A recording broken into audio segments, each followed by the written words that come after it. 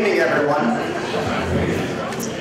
My name's Steve Haggerty. I am the lucky Evanstonian who gets to chair the Citizen Advisory Committee on the Harley Clarke Mansion. And there are 7 members of that board. I'd like to introduce, or just have the other folks be recognized who are working really hard to try to have an open and inclusive and transparent process about the mansion on the lake and what the best solution is for that mansion. The members of the committee are up here, and again, want to recognize them: Linda Damachek, Amina DeMarco, Jane Grover, Ann Rainey, Gary Shoemaker, and Don Davis Zeineman. Thank you very much. I'd also like to recognize the city staff who have been really working hard to pull all of this together. The committee's been meeting for the last 3 months or so. Big kudos to Cindy Plant, who is an analyst here and actually running some tasks right now, because we've had so many people, which is a great thing, show up for this meeting that we want to, we're going to have to change around a couple things when it comes to the breakout. Okay? And obviously, I'd like to recognize a few other city folks there: Wally Bobkowitz, Gary Gerdes, Demir Latonovic, Mark Munzer, Suzette Robinson, and Erica Storley.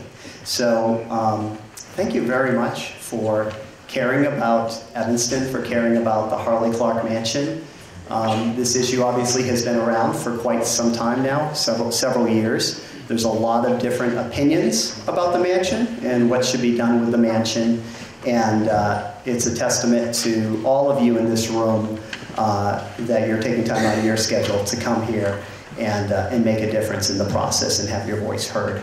You know, I was on a bike ride with my son, and this is applicable, before you think, oh my God. I was on a bike ride with my son a year ago. My son, who's 6 years old, said to me, "Dad, I know who's in charge of you." I said, "Yeah, well, who's in charge of me?" He said, "Barack Obama and the mayor of Evanston." That was a terribly scary thought to me. And I tried to explain to him, no. The elected officials, we're in charge of the elected officials. It's not the other way, it's not the other way, it's not the other way around. Again, you know, civil discourse is an important thing, and we appreciate again that everybody is here.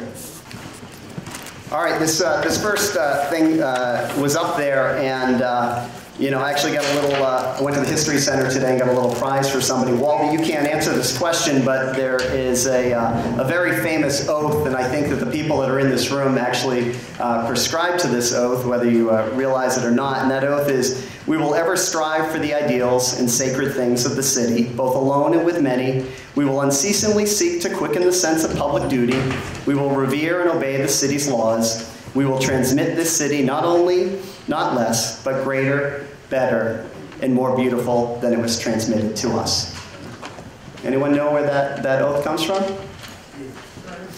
Excuse me? Daniel Burke? No? Athens. All right, and Cheryl Wolin, I got the closest thing, I got a little gift for you. It was the closest thing I could find to Harley Clarke Mansion. It was a lighthouse.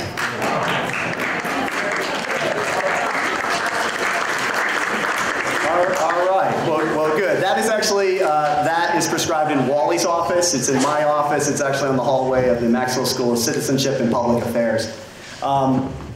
We have 4 community members tonight who have willingly volunteered to stand up here and make the case for 4 different options for the Harley Clarke Mansion. Okay, that is not an easy thing to do, but these folks thought, you know, I'm willing to get out there. I would really ask that everyone be respectful of all the different points of view that you're going to hear tonight. We really have worked to try to make this almost like an old-fashioned town hall meeting. All right, and so just quickly a little bio on these folks. Sheila Sullivan is going to get up, and she is going to talk about the option where the city retains the mansion. And she'll talk about that option. Sheila's a 30-year resident of Evanston. She's the president of the Southeast Evanston Association, and professionally she's an environmental and public health scientist. So thank you, Sheila, and we'll see Sheila in a second. The second speaker is going to be Peter Green. Okay? Peter's a 30-year resident of Evanston. He's the vice president at CBRE Hotels. Has 50 years of experience with hotels and has dealt with $2 billion plus in hotel transactions. Let me be very clear that Peter's not up here pitching a hotel for him or for his company or anything like that. He is basically making the case for why that may be a best use of the facility. Okay? The third speaker is going to be Chris Oakley. Okay, and Chris is going to be speaking about converting that property into a residential use. That could be multiple units or dividing into multiple properties. It could be keeping the mansion and redeveloping the mansion. Okay, so he's going to present a concept there. All right, and Chris is a 20-year resident of Evanston. He's a 35-year architect. Focused on historic preservation and adaptive reuse. Okay? And then the final speaker in the first half of this meeting will be Patrick Donnelly. And Patrick is an Evanston resident. He's the organizer of HarleyClarke.com. So if you went to www.harleyclarke.com, you'll hear from Patrick tonight about a concept that they have. That falls under the fifth option that we have, which is either the city gifting or selling the mansion to a nonprofit group or to a foundation, something along those lines. Okay. So I've mentioned there's 5 options, and you see 5 numbers on your table. The situation is that we did not have a speaker that was willing to step up and speak about demolishing the mansion. I can tell you that we got a half a dozen people that wrote into the Harley Clarke committee and said, you should demolish the mansion. Okay, so we don't have a speaker. I'm going to just give a couple words on that at the very end after the speakers have gone in terms of what people have done. The background on this citizen committee was established in January 2015 by the mayor and the city council. Our mission, as defined by this committee, was to identify, develop, and evaluate the viability of options in the context of the criteria developed by the committee.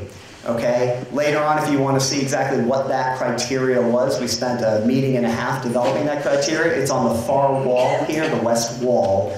And lots of different options came in from the community. We looked at those, but generally they fell into these 5 areas. Okay? There were a lot of variations on some of these, okay, but these were the 5, and you can actually see up there how the committee sort of ranked and rated each of these. A lot of the criteria were objective, and some of them were more subjective.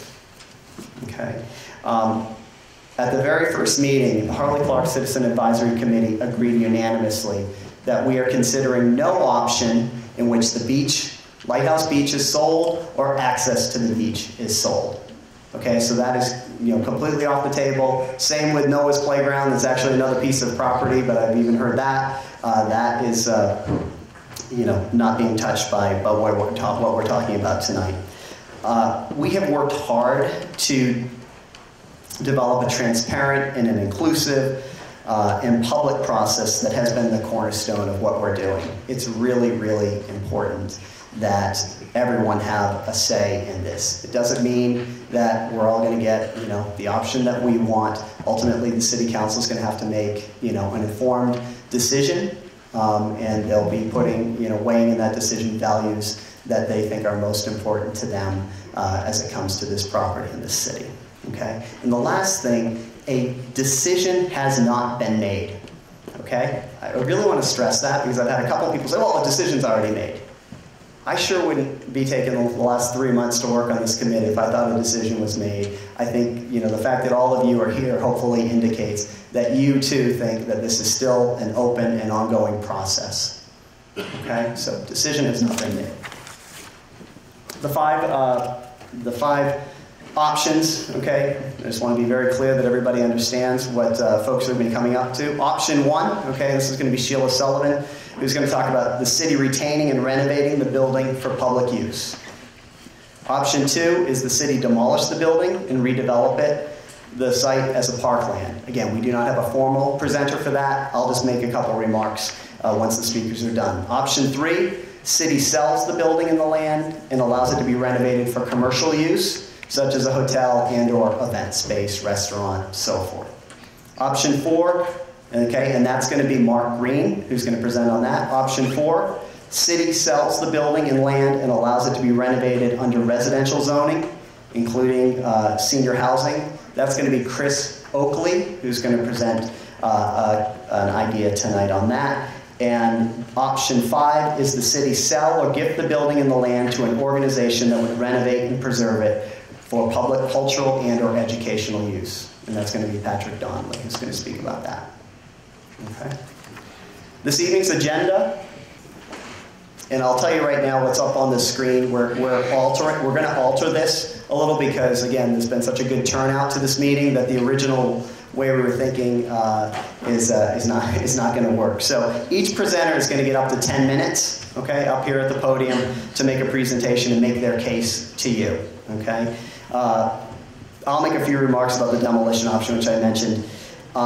We are then going to have a task force member from the advisory committee and city staff at each of the tables, okay? And we are going to ask each of the tables then, we're going to have 10 minutes in each of these sort of breakouts. Nobody's going to be moving around this room, okay? Everybody's going to stay where they are for this. But we're going to basically have 10 minutes to talk about, okay, what are the cons to demolishing the mansion? Okay, and you're going to do that, and you're going to do that in your groups. We're going to collect that information. We have yellow stickies, and we'll have pens there to capture that information. Okay, and we're going to do that for each of the options, and have each of the groups do that for the option. We are then going to have someone report out on the cons, okay, to each of those. The tables will also be able to say, hey, here are a couple other pros that weren't mentioned by the presenter that I think are important towards this option. Okay, and we're going to collect that as well. Okay, we've set aside 2 hours for this evening's meeting. We are going to continue to keep open the email address that we set up for this committee, which is harleyclarkmansion@cityofevanston.org. I really encourage everybody, if you feel like, man, there's a couple things, opinions that I have that I wasn't able to get out here at this meeting, please, later this week, go and send an email to that address. I can assure you that all of those are being read. They're part of the public record on this subject, and encourage you to do that. So, all right. Final remarks that I just want to make here is, again, I just ask that everyone be respectful of the folks that are standing up here and are going to present these options, whether you agree or disagree with it. It takes a lot for them to get up here and sort of make the case. Please avoid, this applies to the speakers as well as other people, please try to avoid divisive or incendiary language. Okay, because it can cut both ways. It can, on this topic, whether you're, hey, I want more parkland, or hey, I want a boutique hotel, or whatever it may be. You can be divisive in your language, and I just don't think it really moves us forward to do that. Until there's a clear scope of work and a standard cost estimating approach followed, any figures that you hear tonight, okay, are uncertain. Okay. And lastly, I would just say, let's provide input, our input, but sort of ultimately respect the decision that the City Council ultimately is going to make on this topic. Okay.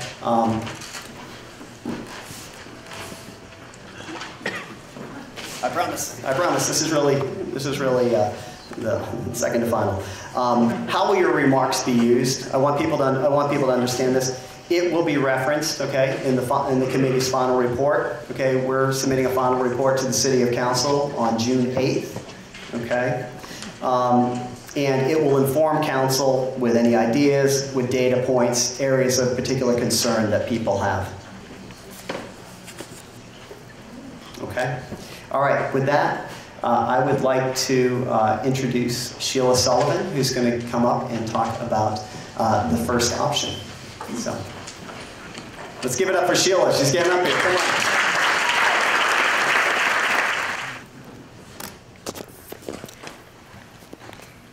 Hi. Good evening, everyone, and thank you for allowing Southeast Evanston Association to speak to you tonight on a very crucial matter. We appreciate the hard... Can you hear me now? Yes. Okay.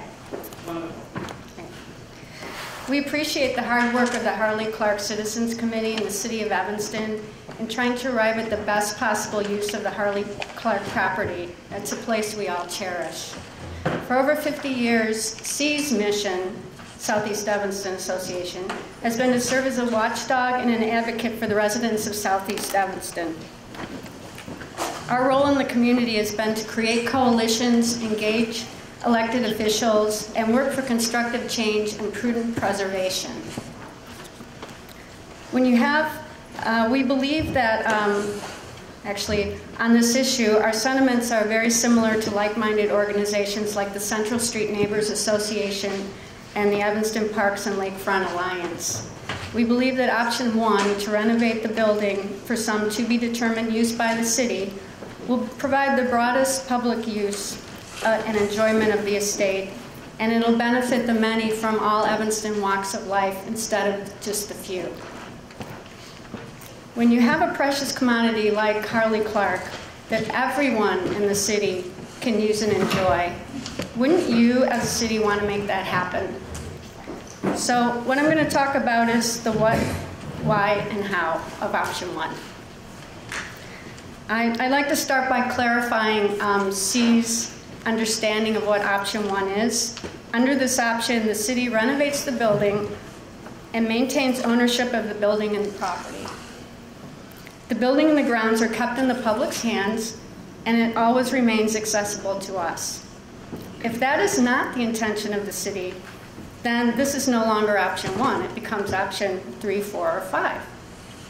By virtue of being option 1, all of us will own Harley Clarke, and all of us will have full use of it in a non-commercial way in perpetuity. So what does, this is the second slide? Oh, do I have a, yeah, that's good. So what does option 1 look like? Under option 1, the buildings would be upgraded for non-commercial public uses, and I've listed just a few examples of that. They're classes, city-sponsored events, and public rental to generate revenue. The building and the structures, though, are large enough that, and flexible enough that many activities and events can be going on at the same time. So why option 1? Well, we believe the city needs this type of space right now. That's third slide. The city has run out of recreation space. The demand for children's summer camps is so great that the city has had to institute a lottery system for some prospective campers. More demand could be met, even this summer, by using the mansion for some late session camps. The property's lakefront location near the parks is perfect for all kinds of these types of activities. And the renovated structures, we believe, will promote greater public use of the property as a whole.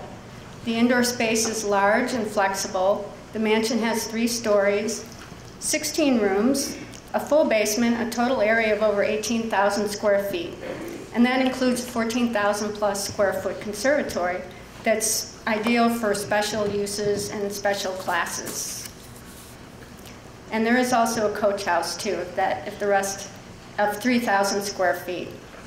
So the building could handle overflow demands from other parks and recreation facilities like the Levy Senior Center or the Ecology Center.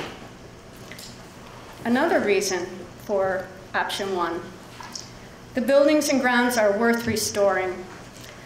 The mansion is significant as an example of picturesque style architecture. Built in 1927, it won an award in 1928 for architectural excellence from the Evanston Arts Commission. It was designated an Evanston Historic Landmark in 1978, and the grounds were designed by world-renowned landscape architect Jens Jensen. In addition, the mansion is structurally sound. The basement is dry, bunker solid. The foundation and walls are in excellent shape, and the roof is in good condition. The next slide. Another reason, renovation costs are affordable. Lots of numbers have been tossed around based on a variety of assumptions and a lot of politics. But when you compare the cost to renovate the mansion versus the benefit of keeping the building and property intact, we think it's a no-brainer. So let's look at the basics. According to the Department of Public Works, in April 2015, a basic upgrade to the building, including code compliance, would cost about $590,000. Credible estimates for total renovation would probably run about $1.5 to $2.5 million. But you can reduce these costs by focusing just on functionality and not the bells and whistles. As one of our board members said once, not all the doorknobs need to match. So, how can we achieve option one? Well, there are lots of funding and savings that can be achieved under a renovation scenario. An example, Northwestern University, yes, has committed to contribute $1 million a year to Evanston for at least 5 years for projects that mutually benefit the city and the university. So 1 year of this contribution would bring the building up to code and go a long way towards rehabbing it. A second installment would probably complete the renovation. The property is right next to Northwestern, so it's convenient for the university staff, the students, and Evanston residents to enjoy it and use it. We think that's the best use for end-use commitment for this project, and it would be a win-win situation for everybody. Additional funds could come from grants that are available to municipalities and the public sector. One grant-worthy activity we think is a vocational jobs training center. Harley Clarke's a great center, a great location for teaching crafts related to renovation, artistry, and the trades. It's a perfect dovetailing of place with purpose. Next slide. In addition, the city would avoid the demolition costs. In April 2015, the Building and Inspection Services recently estimated the cost of demolition at about $100,000 to $125,000, plus a procurement cost of nearly $60,000. So avoiding these costs, nearly $200,000, would pay a significant fraction of the renovation costs. If the city were to use part of the building for ecology education, it would need to renovate 2 fog houses for the Ecology Center summer programs that were estimated to cost $900,000, and would need to renovate a classroom in the Ecology Center, which cost $150,000. So when we add all these costs up, it's a total of more than $1 million in savings. And the next one. Okay. We also believe that the operation and maintenance costs are affordable too. Other public mansions in the Chicago area at least break even in annual operating costs. So there is a precedent for this to work at Harley Clarke. The city's Public Works Department estimates that the O&M costs, operation and maintenance, for the full building is at $50,000 a year. But we at C conservatively estimate that the cost would probably be more like $130,000. The city needs to get a handle on O&M costs for the property and revenue generated by the property now in order to make a sound decision and before irreparable damage is done. One way to do this is to manage it effectively and transparently is to set up an enterprise fund, as other public services have done.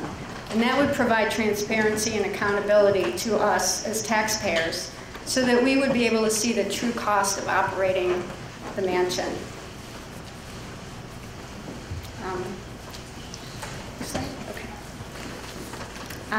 Okay. So one important point I want to mention here is that Harley Clarke is part of a larger park system. The mansion and grounds were purchased by the city because it was a large, attractive property right on the lakefront, and it's zoned as open space. Anything outside of recreational, cultural, or educational use would require a zoning change. The property forms an interlocking campus of history, nature, and recreation that encompasses the Harley Clarke estate, the adjacent beach, the Grosse Pointe Lighthouse, and Noah's Playground and Lawson Park. Now, if you look at these maps, you can see it's a very large contiguous area. The whole is, and we think that the whole is greater than the sum of the parts. And removing one of the parts creates a large adverse impact. You can see how commercial or restricted use and access would completely break up the flow and the dynamic of the property. Having such a beautiful public resource on the edge of a major metropolitan area is a rare and wonderful situation. And it was no accident. In 1966, a city administrator had the foresight to secure and protect a very scarce resource for the joy of future generations, including ours. The integrity of this precious public resource must not be lost or damaged because it is irreplaceable. So now it's time for determination and action. The city must decide that the Harley Clarke Mansion is an integral and irreplaceable part of Evanston life and must move swiftly to nail down the costs, begin the rehab, and line up the people and activities that will give new life to Harley Clarke. Next slide. Thank you for your time.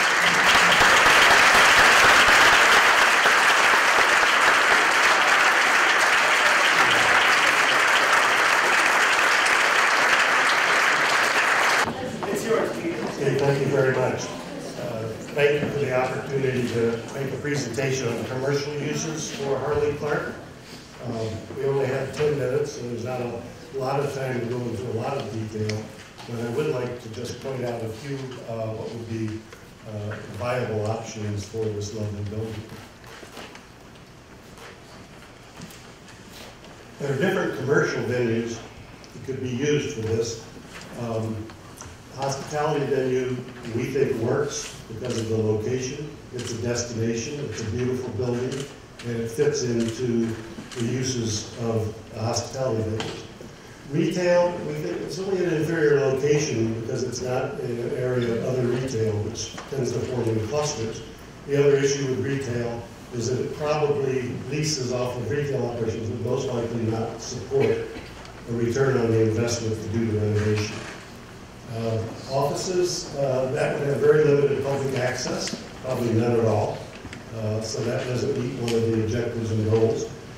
Most offices like support services nearby, transportation, place to get a sandwich, and other services.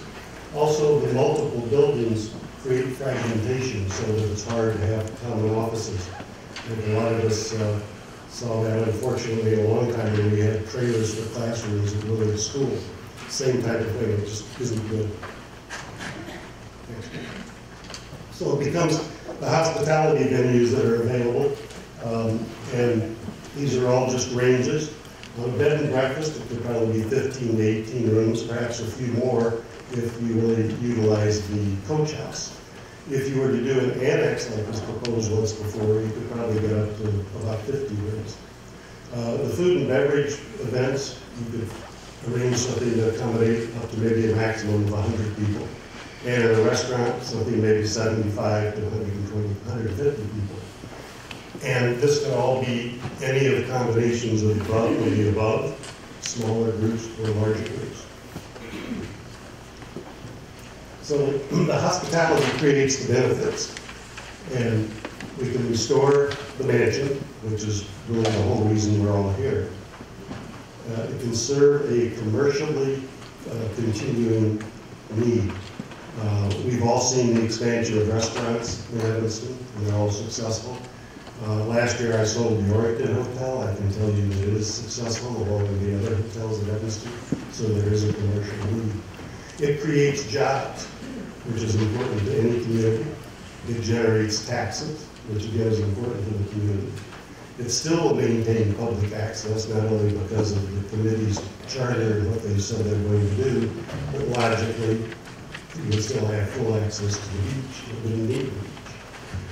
There could also be an arrangement for a private-public partnership, which in turn could guide the ongoing redevelopment, repositioning, so that the city's objectives are met for citizens.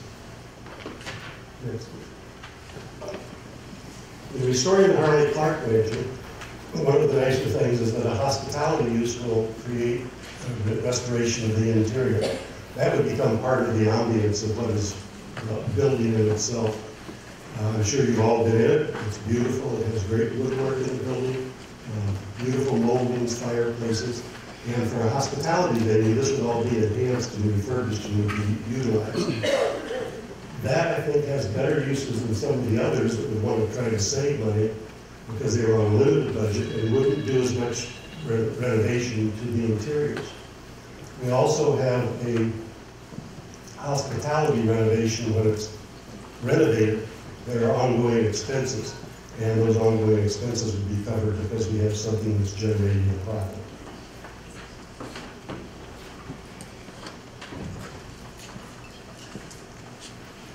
Commercially needed facilities are what will drive this operation to be able to be very successful, successful activity. And by having revenue coming in, this property would be able to sustain itself, and we wouldn't have the same problem popping up down in the future in 5, 6, 10 years. Also, in renovating the mansion for hospitality, there would be profits, and that profit would again be able to maintain the building and to do the repairs that are necessary. As we all are probably owners of homes that are less than half the age of the mansion, we know what it costs to do roof replacement, window repairs, and painting. This would all be able to be done on a regular basis if it were a hospitality venue generating money.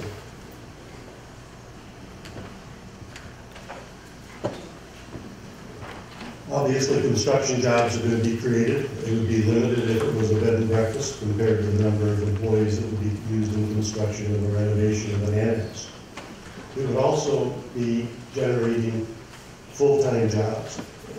I looked at the numbers that I put together and then from my operational experience and how would I staff that, and basically came up with 10 jobs to 46 full-time equivalent depending on what that range would be.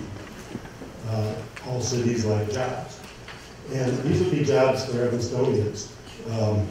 Hospitality industry is really an entry-level position with what a lot of people do when they get into this business. It's been a great business for me for over 50 years, and my first job was washing dishes. It's also to work into a jobs training program or something in coordination with ETHS so that we can have the younger citizens of the community learning, maybe not how to be into getting into a career path, but just having a job where they can learn the responsibilities of having that job. The other thing, obviously, is generating taxes. There would be real estate taxes generated. Right now, there are none. There also would be hotel tax revenue. That's 13.5% in Evanston. That, again, on the range of where I was saying the hotel units would end up, and at about a 65% occupancy, which is probably a little conservative for Evanston. At a decent rate, you'd have between $115 and $250 million annually in revenue from hotel tax. On the food and beverage tax, which is 9% in Evanston, again, those same parameters would range somewhere probably between about 100,000 to 140,000. Maintaining public access. It's important so everybody can see this beautiful building. And by the nature of the hotel hospitality venue, the restaurants, they're open to the public. They need the public to come in and spend money. So anybody will have access, anybody can go in, anybody will be able to use the services. Beach access obviously would not be interrupted. There's no need for this type of a development to go down onto the beach proper. Also, to further attract business, The grounds would be well landscaped because this is going to be a destination, so it has to look nice upon arrival and have a presence. So you would also have nice grounds, and those grounds in turn could be public access and usable. A private-public partnership can be structured, and there are many ways to do this. This could possibly be done through a lease rather than a sale. And in that way, there's a little more control that the city can exercise. As was mentioned earlier, this will need to be rezoning. That means it's going to end up in some form of a planned unit development. And that planned unit development will be specific for this property and for what can be there. Which means if later anybody ever wanted to change it, they have to go through the process of involving the city with them. And these can also have certain restrictions in them, whether it be for style restaurant. It can't be a snack bar, it has to be a full-service restaurant. Excuse me. It can also specifically give access to the public grounds. It could state that there need to be picnic tables in the front yard for the public use. So it can still be something that can be controlled and developed in partnership with the city. So in summation, hospitality use permits public access. It also is a commercially viable need that's serviced and will continue. It creates jobs, generates taxes. The city can work through a public-private partnership. It also restores the mansion, and what I haven't mentioned yet, requires no money from the taxpayers. Thank you.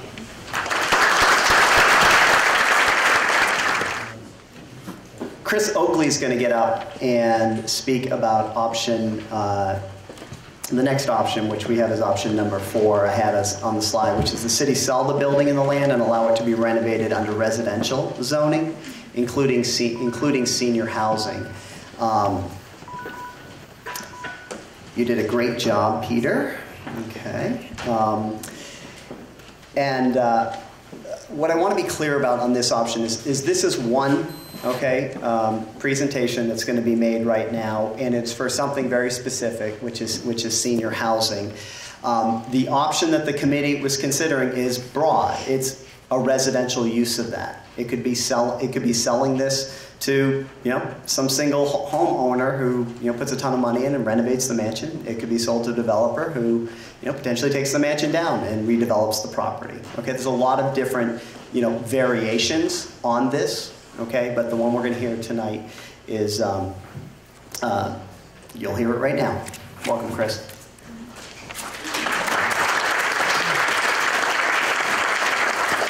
Thank you, Steve. I guess maybe what I'll do, or what I really should do, is just borrow a lot of Peter's slides, because the reality is what I'm going to talk about here is a specific use, but many of the touch points are the same. And the business structure, whether it would be a sale or a lease, the property tax revenue, the employment possibilities, and the actual possible one-time revenue from a sale.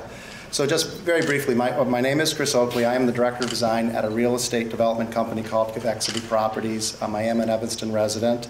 A colleague and myself, Dave Mazurek, we either collectively or independently, I think, attended all the citizen committee meetings and tracked that. I am actually pleased to kind of present an option that may take a slightly different bend over some of the earlier because I do want to talk about, one, our relevant experience in developing properties like this, and then two, actually put a proposal which is not just what it may become from a word point of view, but actually what our thoughts are about actually redeveloping the property. So the first slide. So somebody else take this. So very quickly, we are a Chicago-based real estate development company. We have and are currently developing a number of boutique hotels in the city of Chicago. We really looked at this first, as a hotel use, and then going through the process, and actually the criteria that was established that the Citizens Committee was talking about took a slightly different turn on that. But just as a point of reference, this is the Northwest Tower at the intersection of Milwaukee Avenue and North Avenue in the city of Chicago. This is a very unique building which we are currently under construction and redeveloping into a true boutique hotel. It has 68 guest rooms. They are rather small, but it is a full adaptive reuse and historic preservation of what is a contributing building in the Milwaukee Corridor Landmark District in the city of Chicago. Move on to the next one. The Jerome Hotel in Aspen, Colorado. Similarly, this is a project that we went through a full restoration of. This is an 1880 building, a building that is near and dear to the community and within the city of Aspen. Again, this was a project completed in 2012, which I will not call this a boutique hotel because there was a recent annex on the tail of it, but what is the true historic building, I believe, had 24 guest rooms in it. This is actually right across the street from the Northwest Tower on North Avenue, Milwaukee. This is, of all things, a Walgreens. This was the old Knoll State Bank building. This building actually was the bank that lended the money to the developers to build the Northwest Tower across the street. This was a building that was vacant for, I believe, 3.5 years. It is a contributing building in the city's landmark district here. Go to the next slide. This was a lease deal to Walgreens. Part of that lease structure was we actually required them to keep the historic banking hall and the plaster ceiling as part of what they did. So this actually has won preservation awards in the city of Chicago. It is by far the nicest Walgreens you could ever go into. This is a bit of a kind of a flattened out photograph, but Esquire Theater on Oak Street in the city of Chicago. Esquire Theater originally was a 1936 building, went through a very, very, very bad remodel and repositioning in the 80s. It was actually turned down by the City of Chicago Landmarks Commission to become a landmark, but the building and the parcel next to it represented about 180 feet of frontage on Oak Street. This was recently completed, and essentially it was a repositioning of that building to high-end retail with a restaurant above. And it really has enlivened the mid-block of Oak Street in Chicago, which is, obviously one of Chicago's premier retail shopping streets, and really kind of, I think, brought that street back up to what it was years ago.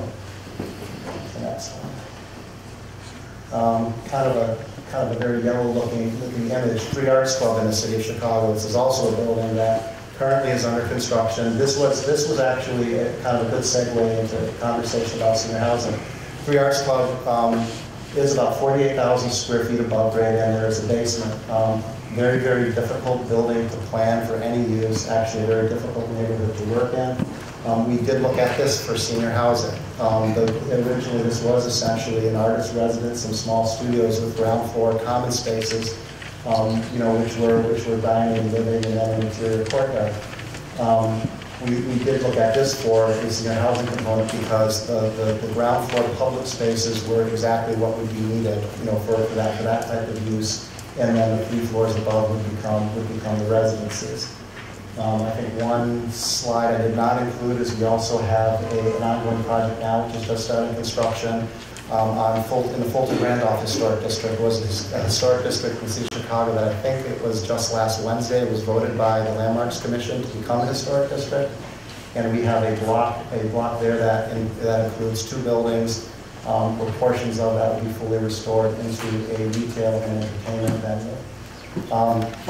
So that, from an experience point of view, I think, kind of maybe in summary, we don't shy away from historic buildings. We feel, as a real estate development company, we are relatively nimble, and we do look for where the opportunities lie, both for kind of the physical building, and then for what the use may be. I think all of our projects involve a level of reuse and repurposing of historic buildings. So like I mentioned, we did look at the hotel use for the Harley Clarke, and what we actually looked at or determined relative to that is between hotel, event space. You never know what you're selling first. The event space sells rooms, the rooms sell event space. The event space requires a lot of parking, and I think we saw that as a hotel proposal a number of years ago. The senior housing component is something that is a very low intensity use. It does not require an awful lot of parking. And we felt that the parking, the access to the lake, the view corridor could all be maintained. There is a need to increase area, so this plan, the study of this plan was to actually construct an annex that links the coach house to the Harley Clarke mansion, and that would actually kind of complete the south end of the property. If you can see what is the blue line around there, and I think this is where, when we talk about the R1 zoning, and I guess why we maybe were selected to talk about this as a residential use, is part of the strategy here was what would you do from a new construction point of view so that the development is compliant with the bulk criteria of the R1 district. Now, obviously, the number of units, is non-compliant. We would be looking here for probably in the neighborhood of 50 residential units.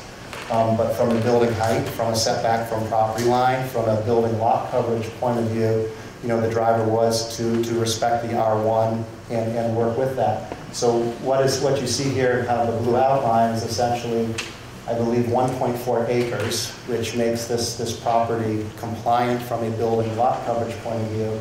The Harley Clarke property, I believe, is 5 acres. Now that's not including the parks to the north, and it's not including the Lighthouse District property.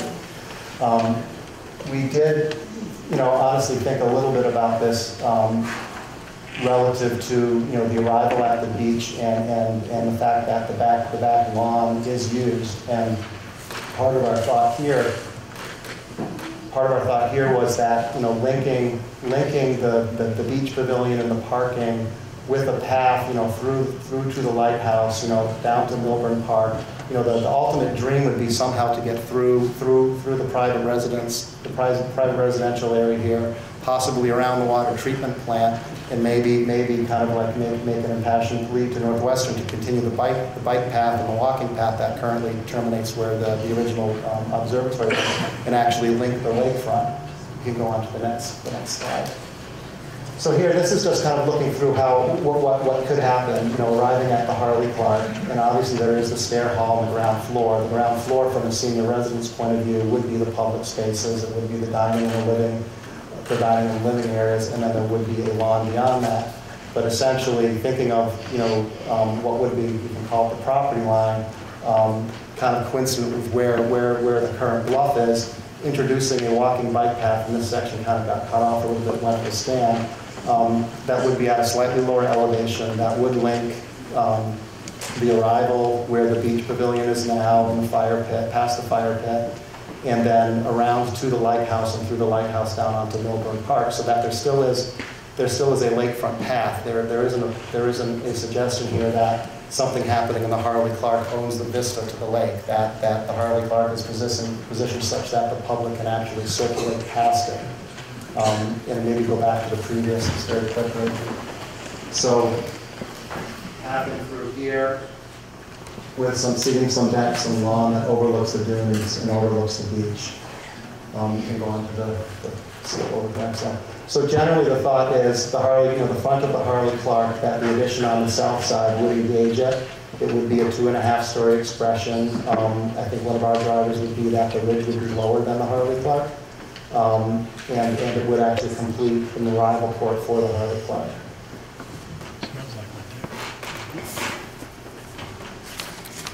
Maybe just very briefly, and I'll close. A senior residential facility obviously would be staffed. I think in the city of Evanston, we do have examples, Presbyterian Homes being one, where the common public spaces are available for public use. I have been to fundraisers there. Within the city of Evanston, we have a very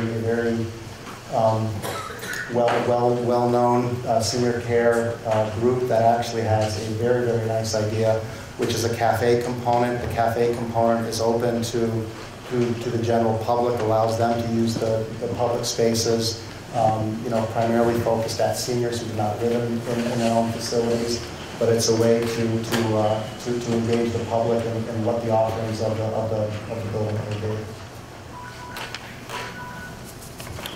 And I think that's about it. Thank you.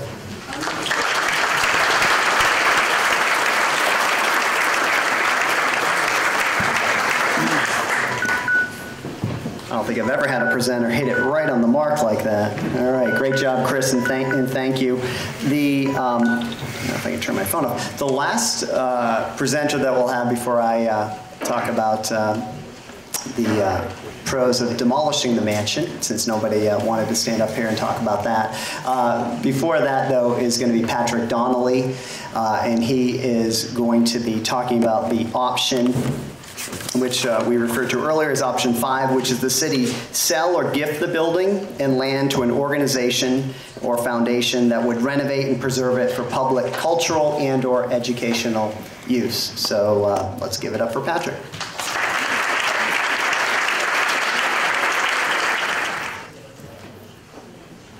I'm sorry we're late. Sorry. I'm sorry, I almost don't need this. I'm sorry we're late. 2 years too late, because I know everyone's been waiting for a plan that actually works. David's going to start us off. David is of the Jeanette family, who has worked diligently with the city of Evanston, historically, in nonprofits. There's a street named after the Jeanettes. And his family has a key to the city if any of you ever get locked out and need to get back in. Thank you, Patrick.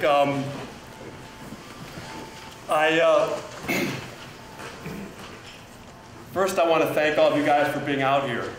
There was some fear, as you can see by the lack of chairs, that the people of Evanston weren't going to show up for this. And I'm really glad that you guys proved them wrong, so thanks so much for coming. I live in the 9th Ward over by James Park in the ironically beautiful Mount Trashmore neighborhood. And I've lived in Evanston pretty much my whole life, 51 years. This year marks the 50th anniversary of the Harley Clarke Properties public stewardship by us, people of Evanston. In a process that truly begins June 8th, the government and citizens of Evanston will decide, and yes, we, as stewards of this property, which we hold in common for the common good, will decide whether the Harley Clarke home is a tiresome burden that we should wash our hands of, or a unique opportunity to create together a public facility that will, for the next 50 years, reflect Evanston's diversity, creativity, and commitment to education and the arts. So let's look forward for a minute. Hear your son's piano recital in the beautifully restored Lakeview living room. Feel yourself doing sunrise yoga on a winter morning in the serene 3rd floor ballroom. I might even touch my toes for the occasion. Imagine not having to drive to Lake Geneva to attend a Chautauqua on Socrates and the Ideal Republic. Or just having a peaceful spot to have some coffee with friends and revel in the actual possibility of a Cubs-Sox World Series. How about your daughter living out the dream she created here as a child in the Park District's EcoQuest camp, getting married in this timeless old home with a virtual movie set reception flowing from room to room into the sparkling restored conservatory with its delightful fountains, looking out onto the historic and subtle Jens Jensen waterfall and fish pond nestled at the foot of our iconic and historic lighthouse. And this is what gets me excited. I'm a teacher, and I've taught in Evanston. Picture 3rd grade class from Dawes School walking out of the Harley Clarke classroom space and watching in amazement as Jean-Baptiste Dusable paddles his Birch Park canoe to shore to trade with the Potawatomi encampment nestled between the bluff and the dunes. Then, as the inevitable chilling May rain shower blows in from the north, the kids scuttle back inside to a cozy fire and sack lunch in the adaptive classroom located in the evocative basement billiard room. I'm here tonight to tell you, the stewards of this irreplaceable Evanston landmark, that this vision is by no means a fanciful dream. There are successful precedents for projects of this very nature, Models that prove we can keep the Clarke home as a public treasure and a resource for all of Evanston, and I mean all of Evanston. And I live on the west side of Evanston. And do so without any expenditure of public funds. I think I should probably repeat this, without any expenditure of public funds. And there are living models of this all over the United States. On this note, I'd like to introduce a fellow Evanstonian, Patrick Donnelly.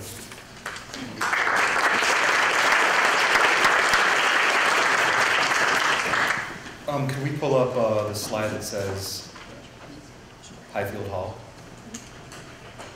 Our PowerPoint shot out, but we have the 4 good ones. I want to say before I get into that slide, to me, there's 2 important things that Evanston wants out of the Harley Clarke. One is it should remain public. It has been public for 50 years. It's surrounded by public land, Noah's Playground, the lighthouse, the beach, Lighthouse Landing Park. It is literally the heart of this massive, public, beautiful land. And it only makes sense on a simple math sort of way that it stays public. The other thing Evanstonian people want from the Harley Clarke is an alternative to the hot dog stand that is in the parking lot only in summer. There's been a lot of talk of, and a lot of smart talk about boutiques and hotels. I think by the turnout last year, maybe a lot of people don't want that. We have a plan to keep the place public and a plan to provide a cafe that's not intrusive. We have some 3D renderings of that, and I'll get into that in just a minute. Overall, so what is this place? We've been using the term cultural center. Cultural center doesn't quite fit it because to me that sounds like a place maybe no one goes, where the wallpaper's a little old with flowers. In typical Evanston fashion, we've got about 400 emails as to what the proper name should be. Cultural Heritage Center, Maritime Heritage, but you get the picture. Yes. But what we propose this place be is a place for all of the community to come together. And when you hear ideas like there'll be a haunted house in October, there'll be an autumn local beer fest, perhaps a winter holiday market, perhaps a summer antique show, music events, family book readings in this big, beautiful space, how can you argue with that? I guess what the city wants to know, and what city council wants to know, and the aldermen, and the people who deal with our day-to-day taxes are, where are you going to get the money, and how is it going to sustain over a long period of time? And you have an answer for that, right? Yeah, here's one of them. So, we started with a minimal fundraising goal of $3 million. I could talk all night about the possibilities of finding people in Evanston. We know just by driving up and down Sheridan Road that there are plenty of successful people in this town who would donate a lot. There are plenty of people who care about the property who would donate a little bit. And there's plenty of volunteers, people like myself, who could provide service, time, expertise, advice. There's how many residents in Evanston? Mayor? 75,000 residents elected Mayor Tisdall. And 75,000 people come up with $3 million on some scale, some contributing a little, some contributing a lot. You say, how's that going to happen? We've actually been approached by several fundraisers who worked with previous campaigns who are very interested in this. They're looking for a green light from the city, looking for a go button. The other question is, how does this property sustain itself over many years? Interestingly enough, this is not a unique property, but it's unique in the fact that it has so much opportunity, but not unique in the fact that this is like a new invention. There's 8,000 mansion conversions around the country that have been converted into museums, cultural centers, community places, 8,000. We did some studying and reached out to one is Highfield Hall. They're up in Cape Cod. They raised $8 million over a couple of years. They had a much bigger project than the Harley Clarke. Their house was in much worse condition, and they completely self-sustain by doing limited events so that the place doesn't become a three-ring circus. And they have a membership program. Membership is free, but people can qualify and donate and become members and get discounts on some of their events and activities at the mansion. We just did a quick breakdown, a minimal breakdown, because the guys I'm working with said that I can't say that the building will make more than $300,000 because my original projection was, let's say, $500,000. But we think that this place, because it's a workhorse, can make $300,000 a year. And this is how. $120,000 can be made in event rentals, minimal event rentals, weddings and corporate events. I know everyone doesn't want to be pushed out of the way in the summertime by a nervous bride and groom. The way we can do that is have limited weddings or events in the summer. There's plenty of time in the spring and fall and winter to sponsor these because it's such a beautiful, because it will be a beautiful restored place. It'll fetch a premium. We think with 12, 13 events a year, it'll generate $120,000. And this is based on places like this that are turning out those kinds of numbers. We also know, because the coach house has been determined a no use, too small inside, not worth preserving, it's been suggested it be knocked down. I'll show you in a minute a 3D rendering of a beautiful Euro-inspired cafe with a patio. The cafe itself, just itself, if it was leased out by the foundation to a private operator to provide lemonade, sandwiches, snacks, could generate $120,000 a year for the property.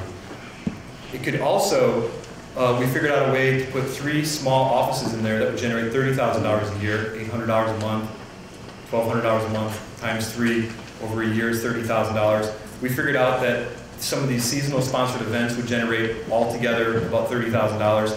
We figured out that with a member program, a place like Highfield Hall, they're generating more than $30,000 just because their members get discounts on classes, they want to be stewards, they want to be donors.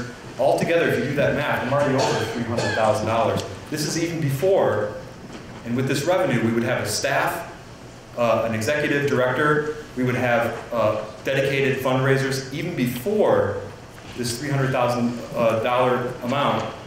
This is even before fundraising. We would have a dedicated group of fundraisers working on this all the time. I'd like to say, if I can quickly walk you through a couple of the renovation highlights, just because I know many of you have been in the, are we doing okay? We're over our time. Maybe just a couple more minutes. Can I play the cafe movie? While Steve's setting that up, we would turn the first floor into a giant, wide open event space. The second floor would be a meeting space. Part of it would be for nonprofits, communities, organizations to come together. The other half of it would be used for a lounge, just for people to go to and be inside of the mansion. The ballroom has, there's a ballroom on the 3rd floor that could be used for event rental. The chef, there's a kitchen there that could be turned into a chef's kitchen for classes. We would put in a 6-person elevator. There's a basement that could be converted into classes, meeting space, and event rental. We would put a stone patio across the rear of the building so you could sit in a rocking chair or a lounge and overlook the lake.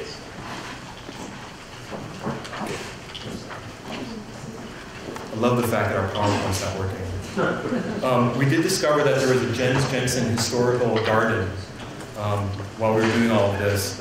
And although we're running short on time, David, do you want to talk about the Jens? Oh yeah, when I read there was a Jens Jensen garden at the Harley Clarke Mansion when I got involved in this project.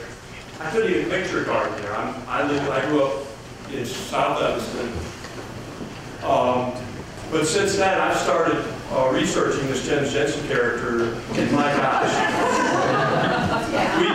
have to tell you, there's a documentarian who did The Living Green, an incredible Jens Jensen documentary, national award-winning.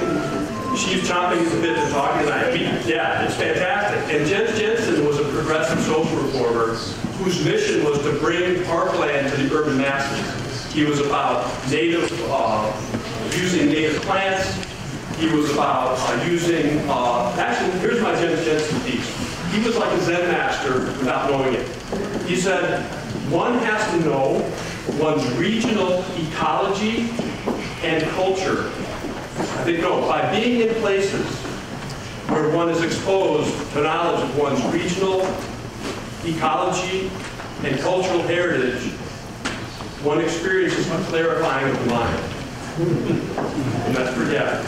I tracked down Jens Jensen's great-great-grandson, who has a practice in Madison, and he happened to be in Highland Park. His wife's from the North Shore, and he came into the gardens and looked around and would love to be involved in restoring. We have professors from the University of Michigan, University of Wisconsin, the top Jensen scholars in the country, filmmakers, all want to be part of this and would be here, wanted to speak tonight. Yeah, so it's a fantastic opportunity for fundraising. If you don't know about Jens Jensen, he's a fascinating man. And we have some of his, we have an installation of his at the property. Okay? This is the coach house we were talking about. Jensen was going to help design the patio, his grandson, and put a natural rainfall water installation in it. And we had an architectural company volunteer their time and help us redesign this, just to give you a look of how nice and non-intruding it could be on the property. And that's all. I think we asked for your enthusiasm. You can go to harleyclarke.com and learn more about our proposal. All right, thank you, Patrick.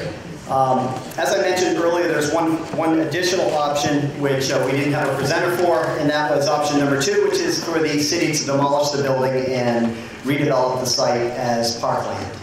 I know some people may say, oh my gosh, that's outrageous. But we literally have had people write in and suggest that option. We have, I've had people pull me aside on the street and say, hey, I think that's a possible option here. Okay, so I've got just a couple slides that I'm going to go over that just give the rationale for why there are people out there that are saying, hey, demolishing this mansion is a real option.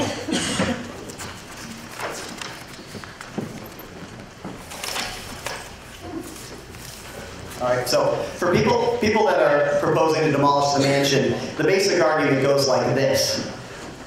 We don't want the city investing money into the renovation of the mansion. We think that any of the options to renovate this mansion are a lot more than some of the numbers that are cited, and therefore it's the best use to actually take this mansion down and continue to have it as public property owned by the city, rather than selling it to commercial development. Okay? Secondly, the city could use more parkland. All right? We sort of, with the towns nearby, we're sort of middle of the road, but there are a lot of other towns that have more park space. Okay? And we could use more park space. Okay? These same folks argue that the city really doesn't have the resources, the financial resources, to properly maintain this mansion. This is not a small mansion. This is tens of thousands, over 10,000, 12,000 square feet. And it takes a lot of money to maintain a big mansion like that, and especially an old mansion. And these people say, well, think about your own houses. Think about how much it costs you to do renovations, how much it costs you to maintain your house. These people also say, imagine the possibilities for what we could do if this were open green space. Maybe we could have a pop-up tent there in the summer for events, okay, and rent it out that way. Maybe we could have some food carts there and have different things in the evening. Maybe we could have music there. I mean, the list goes on and on. What these folks will argue is that you have a canvas when you take down that mansion for what you can do.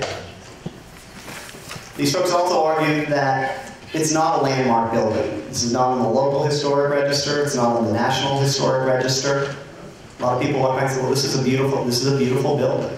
And it is a beautiful building on the outside, but it has not been designated that. Okay? These folks also argue that removing that building eliminates a huge liability from the city's balance sheet. It's not something that people think about very often, but there are liabilities to any asset that the city owns. And these folks argue that there's some tremendous liability to that asset, particularly in its current state. And lastly, this group of people argues that if we take this mansion down, we just create more green space in this town, we eliminate the slippery slope that if we allow commercial development on that site, that it's just the beginning. That before you know it, there's commercial development elsewhere in Evanston along the lake. Okay? So, there wasn't somebody up here to present it, but I sort of summarized the arguments that the committee has heard and that have been sent to the committee. It is a landmark building. Excuse me. Okay, Jack Weiss would know that. And so, Jack Weiss, thank you for speaking up.